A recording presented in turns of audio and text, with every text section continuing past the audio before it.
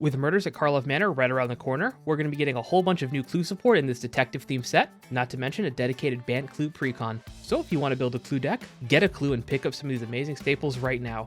And make sure to watch until the end for some anti-clue tech you should try.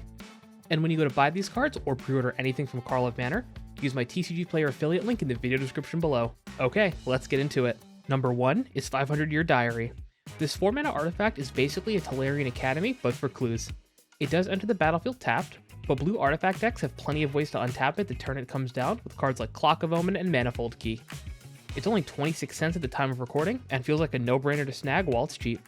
Number 2 is Rise and Shine. This 2-mana sorcery is a great way to end the game out of nowhere, and is only 18 cents at the time of recording.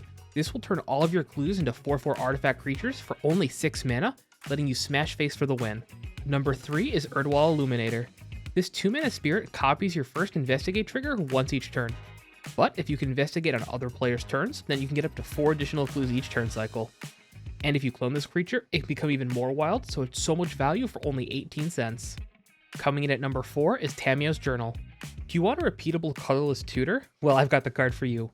While 5 mana is a lot, you get to investigate on each of your upkeeps, and it's only been reprinted twice. Once on the list, and once in Jumpstart 2022.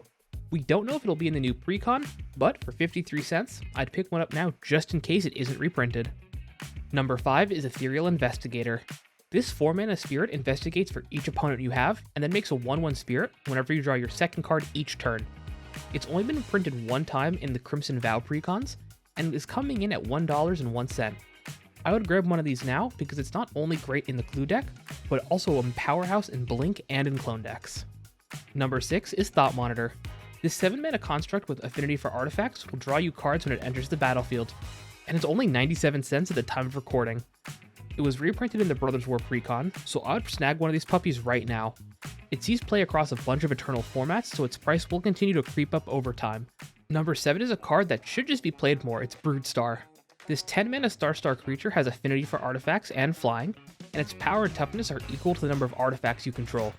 So if you have 8 clues, this is a 2-mana 8/8 flying creature. That is better than a 2-mana 7/7.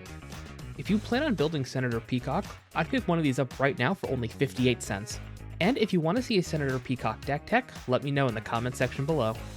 And if you think this video is worth its price, being free, why don't you go ahead and leave a like and subscribe, it really helps out the channel. Number 8 is Kappa Cane, coming in at $3.89. This big turtle is an easy way to end the game as it grows and becomes unblockable whenever an artifact enters the battlefield under your control, including itself. It also has Ward 4 and Improvise because why not? This is such a powerful card in any artifact deck. This should be an easy card to reprint, so if you want to wait for it to come down, I wouldn't blame you, but it's definitely worth the pickup. Number 9 is one of the best cards to grab, the Cadmium Manufactor. Sitting at just under $6 even after a reprint in a precon in the last year. I don't see this card coming down in price anytime soon. This also gives you treasures, food, and clues whenever you investigate. The value is unreal here and it's worth every penny. And since it's colorless, you can put it in any other food or treasure deck too. And then coming in at number 10 is Urza Lord High Artificer, which is currently sitting at $8.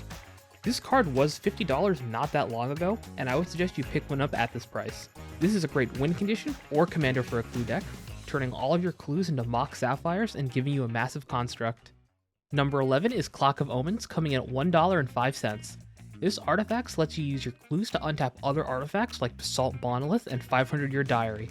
Honestly, this is an amazing card in any artifact deck, and I would definitely recommend picking one up. Number 12 is Sir Ginger the Mealender. This knight not only grows when you crack your clues, but it lets you scry, letting you set up those perfect draws. It's also colorless, so it fits in any clue deck you want. Heck, they could be their own clue commander. Number 13 is Martha Jones. She actually makes a great clue commander all on her own, coming in at 15 cents. Whenever you crack a clue, her and another target creature can be blocked this turn. This is great synergy, letting you swing in with all of your big artifact threats. Number 14 is a green card, Tieless Tracker. This former standard all-star is coming in at $1.84 and is a no-brainer if you're playing a clue deck with green in it. It not only gives you a ton of clues, but it also grows as you sacrifice them. And finally, number 15 is Thorough Investigation, coming in at $1.95. This white enchantment gives you a clue whenever you attack, and lets you venture through the dungeon whenever you sack a clue. Combine this with Seasoned Dungeoneer or White Plume Adventurer to take the initiative and turbo through the Undercity. If you're looking to beat up on all these clue decks, you should grab Viridian Reveal. This 3-mana enchantment lets you draw a card whenever an artifact is put into your opponent's graveyard.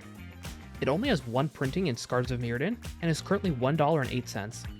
With all of the treasures running around, it might just be worth it putting it into every single green deck you have. I would definitely pick one up. What cards are you planning on picking up for a clue deck? Did I miss any? Let me know in the comment section below. And make sure to subscribe and hit that bell so you don't miss any of the new decks, combos, and top 10s coming out for Murders at Karlov Manor. Alrighty everyone, see you next time.